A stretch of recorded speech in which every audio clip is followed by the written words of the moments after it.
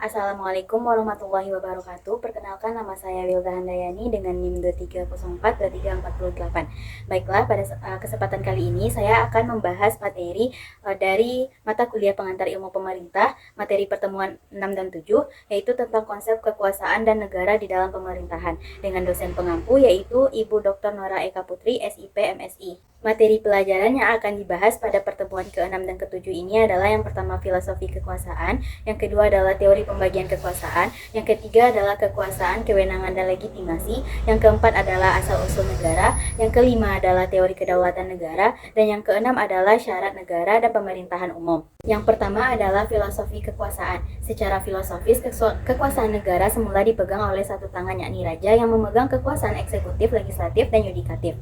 Kemudian berkat pemikiran ahli filsafat hukum karena peristiwa revolusi Prancis, lahir prinsip filsafat demokrasi pada suatu kekuasaan negara yang terbagi menjadi 3 kekuasaan negara yang sejajar, seimbang, namun terpisah dalam arti tidak satu tangan lagi, yakni berupa kekuasaan eksekutif, yudikatif, dan legislatif.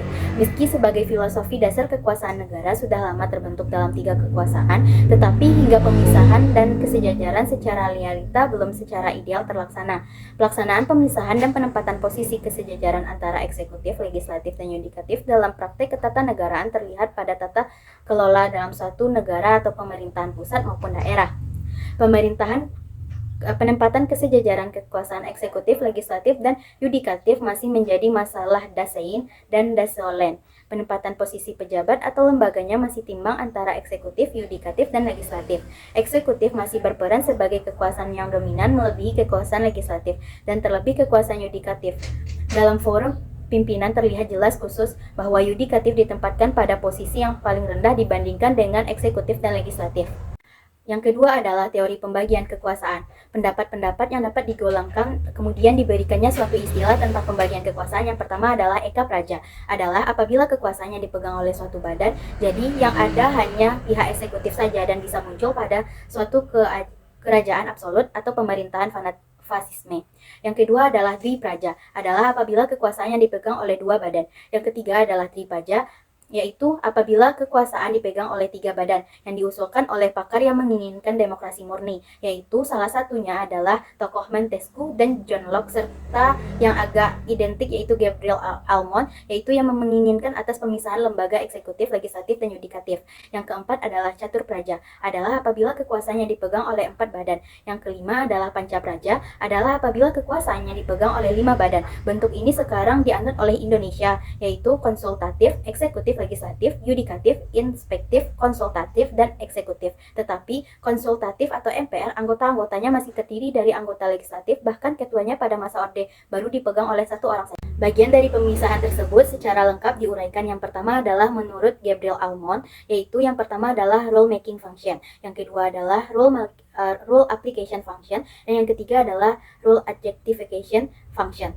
Dan menurut Montesquieu, yaitu pada tahun 1689 sampai dengan 1755, yang pertama adalah kekuasaan legislatif, yaitu pembuatan undang-undang. Yang kedua adalah eksekutif, yaitu pelaksanaan undang-undang. Dan yang ketiga adalah kekuasaan yudikatif, yaitu yang mengadili atau badan peradilan.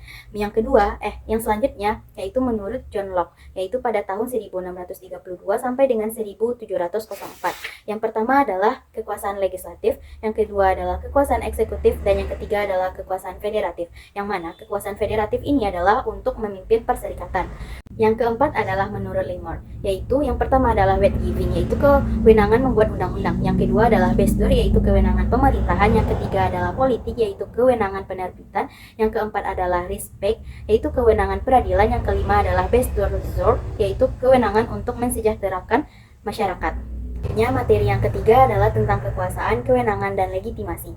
Yang pertama adalah kekuasaan. Kekuasaan dapat diartikan sebagai kemampuan untuk menggunakan sumber-sumber yang mempengaruhi proses politik. Ada beberapa cara yang perlu kita ketahui agar seseorang atau sekelompok orang memiliki kekuasaan. Yang pertama adalah legitimate power, yang kedua adalah coercive power, yang ketiga adalah expert power, yang keempat adalah reward power, yang kelima adalah referent power. Yang kedua adalah kewenangan.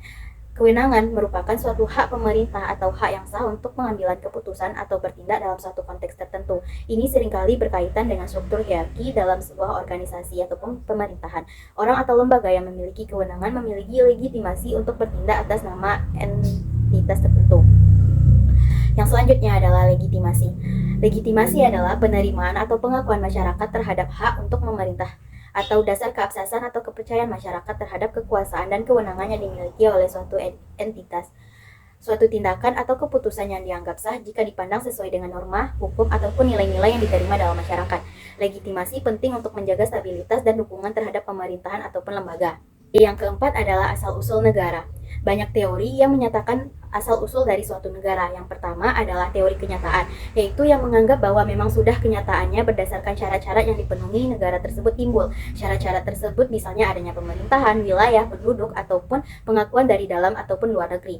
Yang kedua adalah teori ketuhanan, yaitu teori yang menganggap bahwa memang sudah kehendak Tuhan yang Maha Esa negara itu timbul. Anggapan ini berawal dari determinisme religius, yaitu bahwa segala sesuatu ini sudah ditakdirkan oleh Allah. Hal ini terlihat dalam pembukaan Undang-Undang 1945, yaitu yang berbunyi atas berkat rahmat Allah dan sampai seterusnya. Yang ketiga adalah teori perjanjian, yaitu teori yang menganggap bahwa sesuatu negara itu terbentuk berdasarkan perjanjian bersama, baik antara orang-orang yang sepakat mendirikan suatu negara ataupun orang-orang yang menjajah dengan yang dijajah. Yang keempat adalah teori penaklukan, yaitu teori yang menganggap bahwa negara itu timbul karena adanya serombongan manusia mengalahkan rombongan manusia yang lainnya. Teori ini di sisi lainnya juga disebut juga dengan teori kekuasaan.